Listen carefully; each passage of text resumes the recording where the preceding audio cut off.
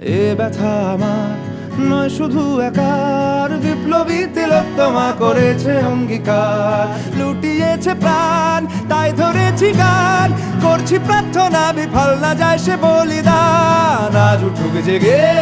সুপ্ত চেতনা, অন্ধকার হতে আলোকে হোক না পথ চেনা। আর কবে, আর কবে, আর কবে, আর কবে, আর কবে, আর কবে,